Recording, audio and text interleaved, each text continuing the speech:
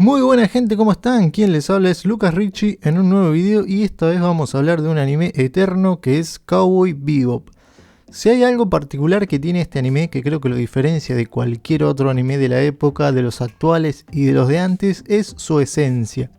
Es casi como una deconstrucción del género cowboy, porque incluso con el contraste, esto del cowboy y del espacio, que son como dos conceptos bastante antagónicos pero muy populares en la época, en esa época de finales de los 90 y principios de los 2000, se mantiene esa esencia y esa estética western de tabaco y whisky que inunda el aire apenas lo empezás a ver. Es una cosa mágica, casi mística, ¿no? Algo que muy pocos animes, y más aún los animes originales que no vienen de otras obras anteriores como mangas o novelas, pueden mantener. Hay gente que incluso lo reduce a simplemente un producto de época y que es bueno porque salió en esa época y nada más, que simplemente por sus referencias o por ser alguna especie de fotografía de los 90, simplemente ese es su valor, pero me parece que tiene mucho más valor. Además de eso, además de su apartado estético, su esencia lo hace valer mucho, pero también está muy bien colocado, es cierto, todas esas referencias estéticas de la época. Tenemos a Spike con ese pelo batido, casi estilo Gustavo Cerati,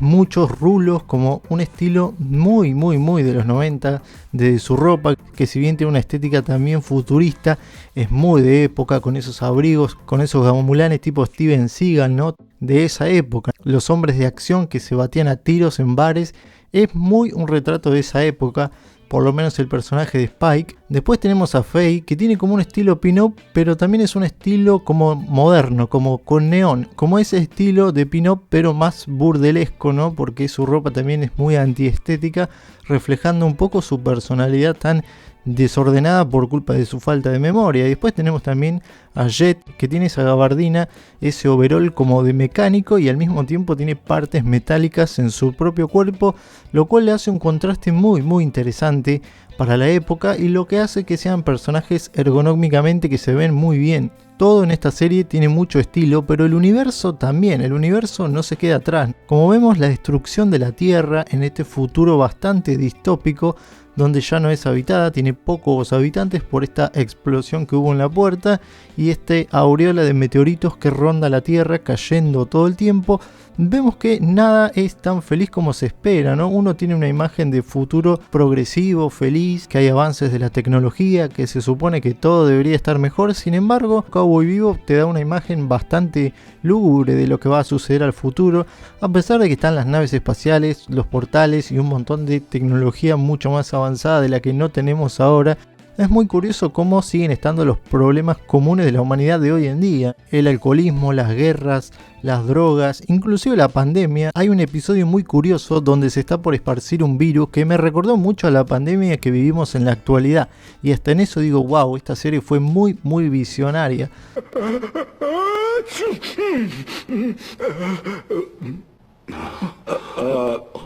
También hablaba de cosas como la población de Marte, donde nació Spike y donde tuvo que huir, eso nos cuentan en el primer capítulo, y acá es donde se conecta supuestamente con la otra serie del director Watanabe, Carol and Tuesday, que es otra serie futurista que en teoría comparte universo con Cowboy Bebop y todo sucede dentro de Marte, aunque obviamente es una serie que no tiene ni la mitad de carisma que sí tiene esta. Es una serie que funciona en muchos niveles. Fíjense que en esa época todavía funcionaban los VHS. Por ahí los más chicos que están viendo mi canal no lo conocen, pero yo sí veía, alquilaba y compraba películas en VHS. Incluso ahora están viendo la videocasetera que tengo, donde se reproducía VHS, que era un sistema súper molesto. Todo el tiempo se ensuciaba el cabezal o tenía algún problema, entonces había que repararlo porque ver algo era súper complicado antes de que llegara el CD y el DVD, que era mucho más cómodo. Pero fíjense cómo se burla de la época, de su propia época, y hoy en día ese chiste sigue vigente y todavía se reconfirma más porque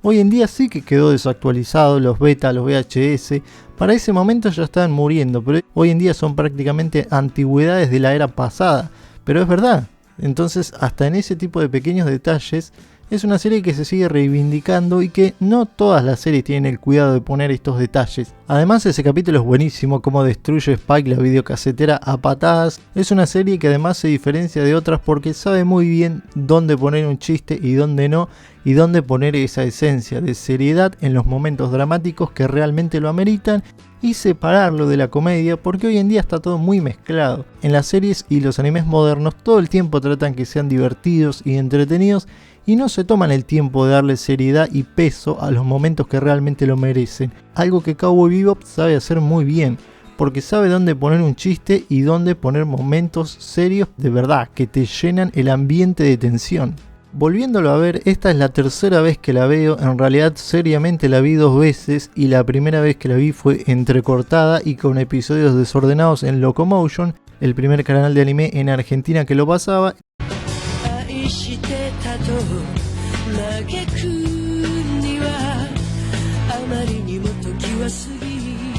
Definitivamente, junto con el opening de Evangelion y el opening de Lane, el opening y ending de Cowboy Bebop es de esas canciones que se me grabaron en el cerebro y que me producen una nostalgia enorme porque se pasaban en esos buenos días cuando veía anime por televisión, aun si los episodios estaban desordenados y no los podía entender del todo porque era chico. Todavía la serie tenía esos capítulos autoconclusivos y tenía esa pequeña intuición que guiaba incluso a los chicos que lo veían a verlo y entender la comedia y a entender los sucesos, por más que no entendías la trama en conjunto. Un agregado que le agrega todavía más mística a esta serie, además de que se pasó por el mítico Locomotion, es que el doblaje latino es buenísimo, está muy bien interpretado, pese que no es tan fiel los diálogos a la versión japonesa y hay muchas cosas que están mal traducidas y a veces deja que no se entiendan, por eso la versión japonesa se entiende mucho más el hilo de la historia que la versión latina. Todavía sigue teniendo ese doblaje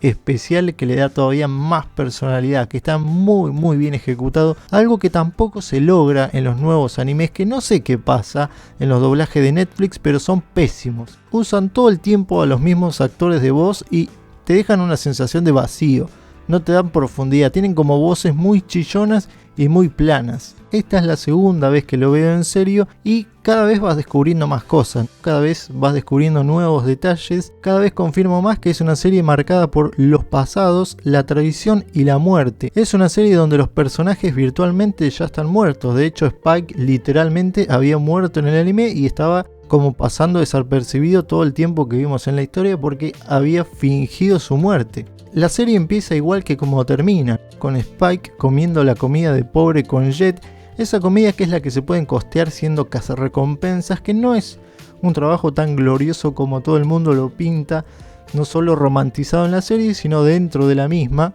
donde se ve que recorren el universo y que cazan a los maleantes y demás, pero en realidad no se gana tan bien y de hecho la pasan bastante mal en más de una ocasión. Como todo un prólogo en gran degradé de partes de la historia que no nos cuentan. Pero en sí son personajes muy atrapados en el pasado y esto los une a todos, a toda la tripulación del Bebop. Es algo que están diciendo constantemente, incluso Spike lo dice, él no está viviendo, simplemente está sobreviviendo.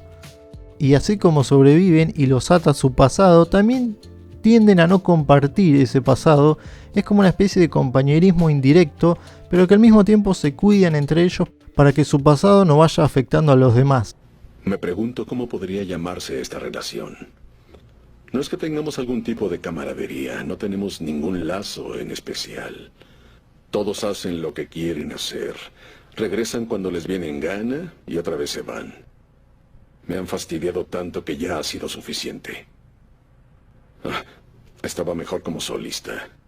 Especialmente Spike, que lo deja más claro en el último capítulo, que dice que va a recorrer el camino de la muerte y no involucra a ninguno de los demás porque sabe que ese camino va a morir, sabe que la va a quedar ahí y que no quiere involucrar a nadie más porque son sus preciados amigos y compartieron momentos y no quiere que su pasado se los lleve a ellos también. Pero en sí es algo que le sucede a todos los integrantes. Spike en esencia es un ladrón, siempre fue un ladrón y literalmente le robó a Julia a Vicious. Aunque bueno, eso es lo que se deja entender en la serie, que hubo un altercado por una mujer que en principio era de Vicious. Por eso él le dice cuando utiliza el nombre en código de Julia que él tiene más derecho de usarla que él, porque Julia era primero la novia de Vicious. Eso hace que se quiebre su amistad y que después tenga que fingir su muerte para escapar de la persecución del dragón rojo.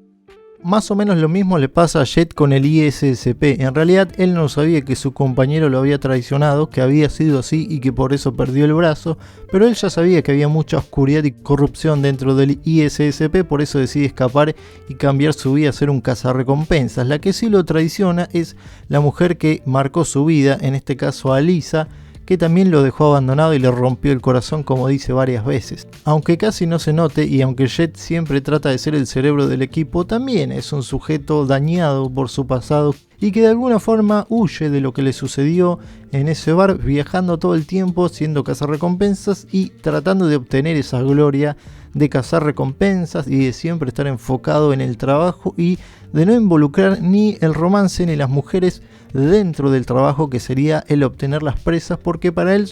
por lo menos lo único que le queda de su orgullo, que nunca dejó escapar una presa, que siempre obtiene lo que quiere, por eso le llaman Black Dog desde sus tiempos en el ISSP, lo cual lo hace un gran personaje.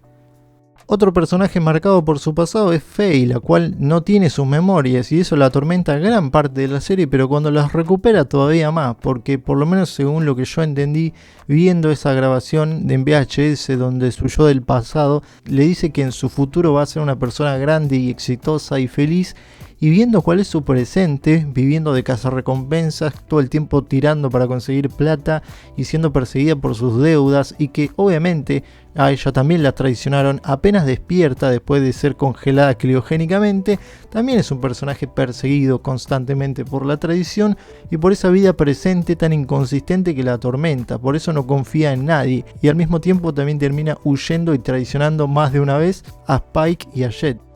Y después tenemos a Ed, que también es una chica abandonada que al principio se ve muy alegre porque es la hacker y al mismo tiempo el alivio cómico de la serie, pero no podemos olvidar que ella también fue traicionada y también tiene un pasado que la persigue porque ella era huérfana, ya que su padre la dejó en el orfanato y después se olvidó de irla a buscar, por eso se sube al vivo para tratar de recuperar un rastro sobre su padre, lo cual nos deja un mensaje que si bien la serie tiene muchos momentos graciosos y vemos a lo largo de los 20 y pico de capítulos todas las pequeñas misiones que hacen muy divertidas con Aang y demás, también tiene un lado muy melancólico de ver el pasado oscuro de todos los personajes y cómo los han traicionado todos y cada uno de ellos. Es de las pocas series que te dicen que no siempre hay un final feliz y que la vida es dura. El gran villano de esta serie, más allá de los enemigos eventuales, es el pasado que nunca los termina de soltar. Y aunque la serie también los une como equipo y empieza igual que como termina, así como se subieron a la nave sin preguntar y sin que los echen, también se fueron separando unos de otros. Así como le dijo Vicious a Julia que cuando eso termine iban a terminar los tres muertos, y dicho y hecho, la realidad es que tiene un excelente final donde bueno, sí, los tres terminan muertos, pero ¿después de qué? Después de una dilatada vida que en realidad ya había terminado desde el momento en que se separaron. Los buenos días habían terminado, los días en que compartían esas misiones dentro del Dragón Rojo y los tres hacían equipo, y eso es lo bueno de esta serie, que la mejor parte, que es lo que nos hubiera gustado ver, no lo vemos. Vemos flashback del pasado. Lo que vemos a lo largo de la serie es una fotografía de un final intermitente que se apaga. No tengo mucho más que decir, más que es una serie emblemática, que me encanta, que tiene un soundtrack espectacular, que la animación también es buenísima, que siempre tiene una cantidad de detalles, que encontrás uno nuevo en cada episodio, y que tiene un estilo y una esencia como no tiene ninguna otra serie, y que también ha inspirado, tiene un gran legado de series que lo han intentado imitar o han intentado copiar como mínimo la fórmula. Tenemos por ejemplo Space Dandy, Great Pretender, Megalobox, que son series que toman un poco de esa suciedad, un poco de ese estilo tan característico de Cowboy Bebop, que también era medio body movie, medio de pareja dispareja en equipo,